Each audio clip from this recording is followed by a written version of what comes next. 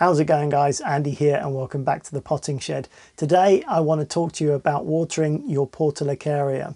I want to show you a way that you can get your watering spot on every single time.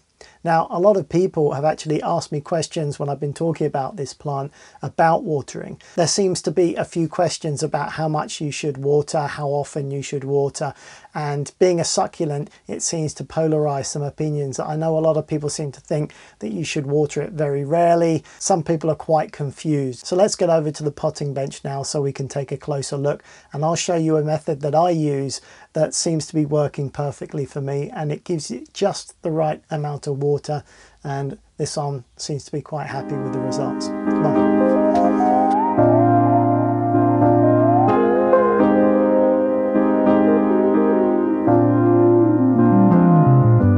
Okay, so we've got a closer look at the plant here, and this watering advice will go for any type of Portulacaria, also any type of succulent which stores its water in its leaves like this. The bigger cousin of the Portulacaria, the jade plant, the money tree, this will go for this one as well. Being a succulent, it actually draws water up the stem of the plant and stores it within the stem and also within these big chunky leaves. Because in its natural environment in KwaZulu-Natal, it may go for periods of time without getting any water, and it can call on these reserves of water in its stem and in the leaves, and it can survive a lot longer without water. Now, when I say survive, that generally, in my opinion, means it's not going to die. It doesn't mean it's going to thrive.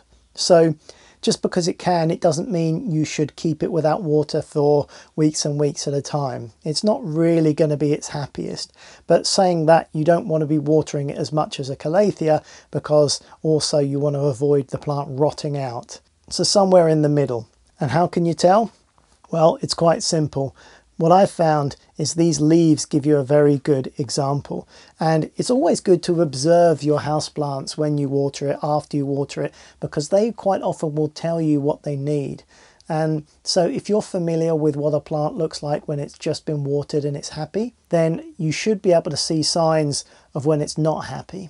And these guys are a good example, because as you water it, within the next 24 hours, these leaves will really flesh up and get thicker and firmer. You can physically feel the leaves. Just grab a leaf, one of the bigger ones, and just feel it, and you can feel it's firm and it's full of water.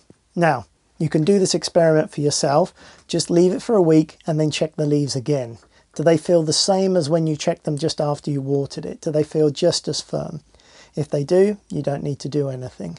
Now give it another half a week to a week and just check them again.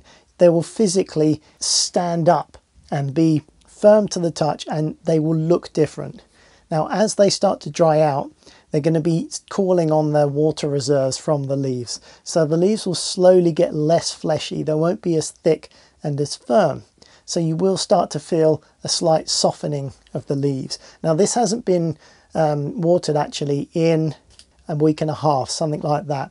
So it is getting into the time where I'm going to be thinking about watering it, but only just starting to get to that point now. And you can feel the leaves are firm, but they're not as firm as they were, and they're not as full of water. And there is just one leaf over here that's a little bit soft, and you can just see a very slight wrinkle in that particular leaf. And that's what happens to these leaves as the water starts to dry out. They'll get softer, they'll get slightly wrinkly, and you'll even see the leaves just start to drop a little bit. So in my experience, the perfect time to water these is just as the leaves start to get soft. You don't want them to get to the point where they're all wrinkly and they're all starting to sag, because that's probably a bit too far. It's not necessary. But equally, you don't want to do it whilst it's still got plenty of water. And the plant will tell you that. Obviously, this will vary a lot, because if you have this in a hot position and it gets sun all day, it's probably going to be quite happy in that position, but it's going to use those water reserves a lot quicker. And if you do live in a hot country and it is exposed, maybe outside, and it is getting baked all day, then maybe it'll reach that position where the leaves are soft and starting to wrinkle up. Maybe that might happen in 4 days. But if you're in Europe towards the end of the summer and it's not getting as much light and maybe not as much warmth, then it might take 2 weeks to get to that stage. So let the plant tell you what it needs. Keep an eye on the foliage, just get used to how the leaves feel and keep an eye on the look of the plant, and just as it starts to sag a little bit, it will tell you it needs to be watered again. Now, in previous videos you'll see I've repotted this into a free draining mix as well, because it won't want to be sat wet. It will need the water, but once it's taken up the water it doesn't want to have wet roots.